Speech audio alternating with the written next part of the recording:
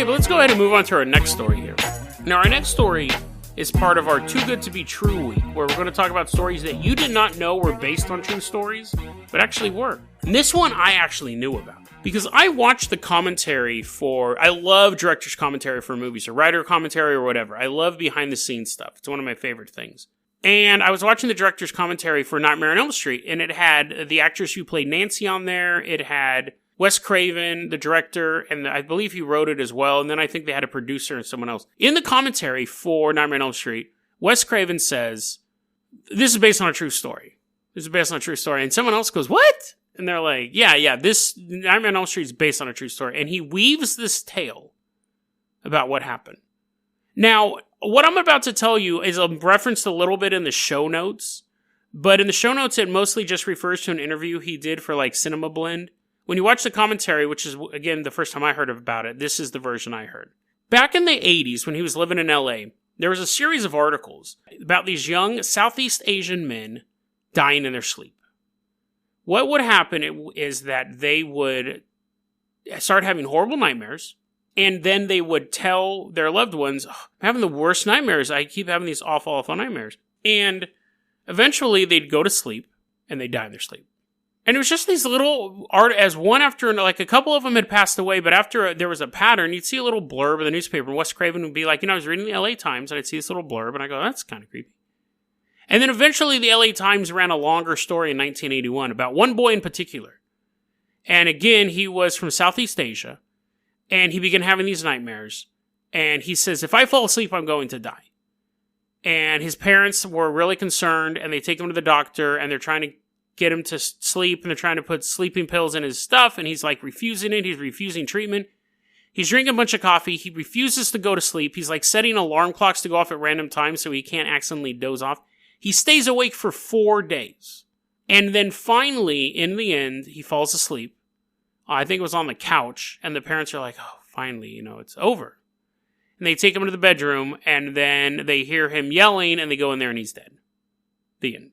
And Wes Craven was like, oh, that is an awesome horror movie. So he creates the character of Freddy Krueger.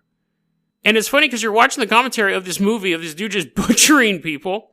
And you just, in the middle of it, he's like, yeah. And he goes, the entire third act of the movie is based on that last article. Like, Nancy gets taken to the hospital. It's funny because now I realize, I'm assuming all of you guys know what the concept of Nightmare on Elm Street is. This monster, he probably has one of the best origin stories of any serial killer. His mom is raped by 100 maniacs in an insane asylum, and this kid is born. And then he gets a job at an elementary school, and he begins molesting and murdering these kids just one after another. He gets arrested for it. He gets off on trial, like on a technicality. He doesn't get convicted. He goes back to his shack that's outside of the school, and then the townspeople get together, form a vigilante mob, and burn him to death. And then he gets his revenge by now killing everyone else's. All the people who killed him, he's killing their kids. It's basically Clint Eastwood as a bad guy. Like, that's a really great origin story for a villain. I can't really think of another horror movie icon who has such a great origin story. I think it's just really, really well done. It's super creepy. He's basically feels he's been wronged. He's like, no, you should have let me keep. It would be one thing if he was convicted and he wasn't guilty. But no, he's like, oh, no, I love murdering kids. Like, I'm totally down with that. In the new remake, they actually explicitly said he was molesting them as well. In the original versions, it was just kind of implied. But yeah, he's basically like, he's not a wrongfully convicted spirit. He's a serial killer who wasn't done killing people, and now he's killing people's kids to get back at him. Very, very interesting origin story for a killer. But that's the concept. Is the story true, though? Wes Craven said he read these news articles. Do the news articles exist? Yes, you can still read them today. You'll see them in the show notes. Articles from 1981, 1988, documenting this stuff in the LA Times. The question is it a real syndrome? Does it really happen? Or are the articles just taking urban legends and crafting them into an article? Not only does it happen, it happens so regularly, it's been named by the medical community. This is absolutely bizarre. Originally, the designation of it was Oriental Nightmare Death Syndrome because it almost exclusively targets Southeast Asian men. They're all tend to be young. Their average age is 33. So that also fits with the idea of younger people being killed by this thing. But 18 to your 30s, 40s, around there. The medical community has no idea what causes this. It's now been termed sudden unexpected nocturnal death syndrome. So it's basically the adult version of a crib death or sudden infant death syndrome. But it targets a particular ethnic region. And the original working theory was you had all these young men who died in LA who were part of the story had just left Laos. They had just left Cambodia. They just left the Vietnam War.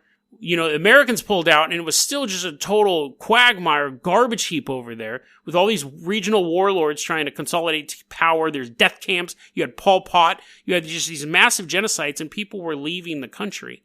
So they figured that there must be a connection. These kids must have gone through so much stress in their young life that they're having heart attacks. That's the thing. They're not even having heart attacks. They think that what could be happening is that their heart rhythm goes out while they're sleeping, which is technically a heart attack, but it's not ruled a heart attack. You just go to bed and die. It's not rare either. 43, like in America, it's set up like this. 43 per 100,000 people in these communities. Hmong, Cambodian, I think there's some from Vietnam. 43 out of 100,000 people. I had to do some context for that. I was like, that number, I don't know if that's high or low. That's 4 times the amount of automobile deaths in the United States per 100,000. 6 times the murder rate. And 20 times the amount of people who die of AIDS. 43 per 100,000 is incredibly high. It was like in the top 4 causes of death in these groups is bad. And what's weird is that none of the articles I read said it peaked during the period right after the Vietnam War, but none of them said it's gone now. No one's saying that it's gone now. And that's in general for people from Southeast Asia. Among the Hmong population, which we had a big Hmong population in Sacramento, 82 deaths per 100,000 people. And among just the people in Laos in general, 92 per 100,000. So that would be 60 times the rate of people who die of AIDS. It's affecting this community. This medical community doesn't know what's causing this. But the people who are suffering from it know 100% what the problem is. 100%. People in this region tend to follow a religion, or I don't even know if you could classify it as a religion, but because it's not super organized, but animism. So everything has a spirit, everything has a place in the universe. The universe is full of life and all of this stuff. So they use shamans. Instead of ministers preaching to them, they use shamans to help them keep connected to nature, keep one with the universe. That's kind of hard to do when there's massive armies battling in your area and regional warlords and all of this stuff. Now, the Hmong helped the U.S. troops control. They're very, very anti-communist. They're helping U.S. troops move stuff in and out of the area. They were kind of like guerrilla fighters and things like that. So when the United States left the area, they began pulling people out of the country. Saying, get on the helicopter. All that stuff. They were evacuating people. They were moving people out of the country. So you had massive amounts of people from Laos, Cambodia. You had specifically the Hmong people coming over as well. And they didn't fly a helicopter the whole way. But anyways, they come over. But when they get here, instead of, you know how we have Chinatown and you have like Harlem and you have these areas where ethnic groups Little Italy, you have these places where ethnic groups tend to congregate. America was bringing these people from Southeast Asia to America and then just shipping them off to different cities. So they got spread out across 53 different cities. The Hmong language wasn't even written down until like 4 years before they were coming to America. So they knew their culture, but no one else really knew how to deal with them. And then all of a sudden you're just taking 2-3 families, sending them to San Antonio, 2-3 families, sending them to Hood River. You're just moving people around. So they're completely cut off from their community, from anyone else who speaks their language. They started to coalesce in parts of California. I think Fresno has a large population. I know Sacramento does. Minneapolis has a large Hmong population now. But it took a while for them to kind of coalesce. Kind of hard to pick up the phone and call your people if you don't know their phone number. You don't even know what state they're in. This is what the people who are suffering from this believe in. When they're not able to conduct their religious... This is so bizarre. In their beliefs, when they're not able to conduct their religious practices, they are visited by a Dao Cha. Now, a Dao Cha is basically a nightmare. It's a personification of a nightmare. We have the old hag syndrome where it's the sleep paralysis and something sits on your chest. You can't breathe. And it's a scary nightmare. It causes sleep paralysis and things like that, but it doesn't kill you. The Dao Cha, though, will. It takes the form that there's very, very little information on this in English. It's basically a demon that's a jealous woman, and that's all I could find. I tried looking for more history on this person, super obscure. Dao Cha. Some people think that if you dress up, if you're male what's weird too, is that there's only been one female victim of this sudden unexpected nocturnal death syndrome. Only one female victim recorded. Everyone else has been dudes.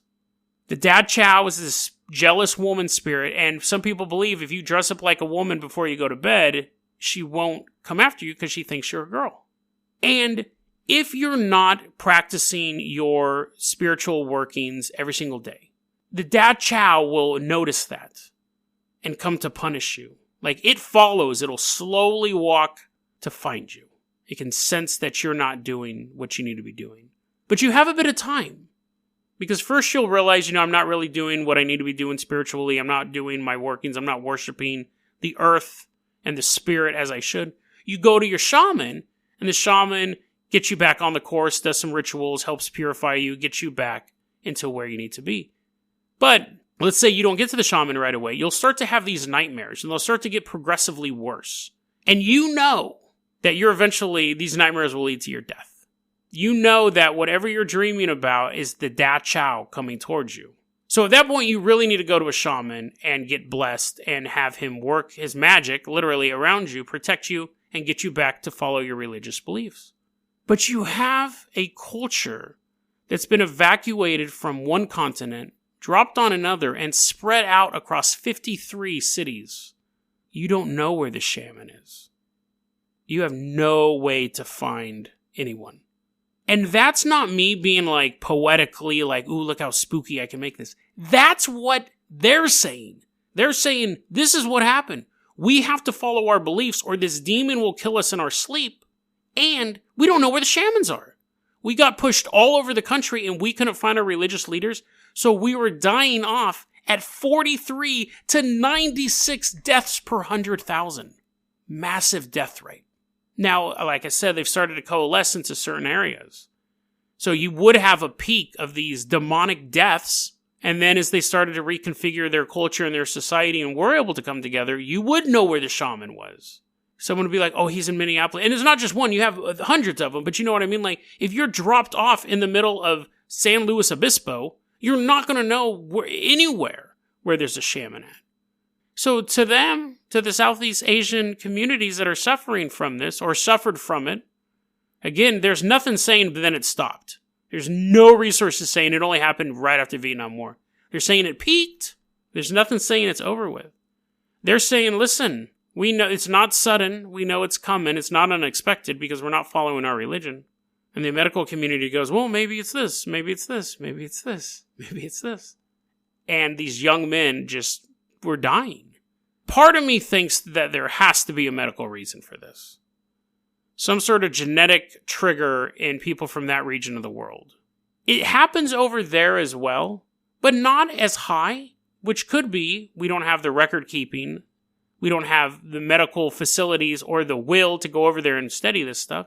Or it could be that over there, they follow the religion a little closer. When they start having those symptoms, those bad dreams, they go, oh, better go pray to a bunch of vines or whatever, but they don't have that opportunity here. We cover a lot of weird beliefs on this show. And the last article I read up about this said it's psychosomatic. It's that people believe in this religion so much that when they start to fall behind in it, they think it can kill them, and it kills them. Case closed. It's all mental. And we cover a lot of weird beliefs. We cover a lot of cryptids. We cover a lot of demons and paranormal stuff. But I think this one rings true, creepily enough. It rings a little true, don't you think? It just seems like everything slots together so well. All the information I've talked about, it's all in the show notes. There's a ton of them. There have been a lot of resources dedicated to finding out what's killing these Southeast Asian men.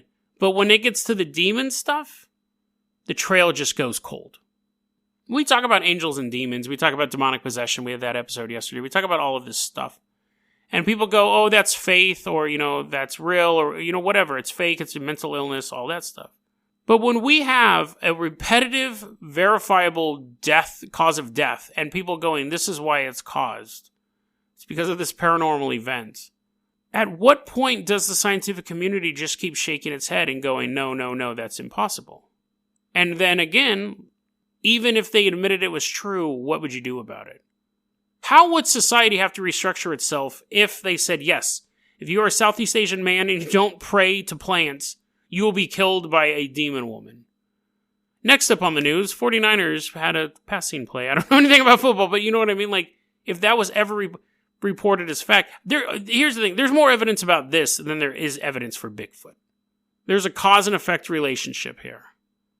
There's verifiable, there's just way more stuff to go on with this story. But knowing that Freddy Krueger is actually based on a real event, a real reoccurring event, before you shut your lights off and go to sleep tonight, think about that creepy story you heard as a kid, that scary movie you saw, that urban legend you heard once and just dismissed as terrifying but not true. Think of those before you close your eyes. And then go, I wonder if that one was true too. That was a clip from our daily podcast, Dead Rabbit Radio. Dead Rabbit Radio is available anywhere that you listen to podcasts. It's daily paranormal, conspiracy, and true crime news. If you want to hear the full episode that this clip came from, check the link below. Please like and subscribe. And hit that little bell, too. That does some magical stuff. Thanks, guys.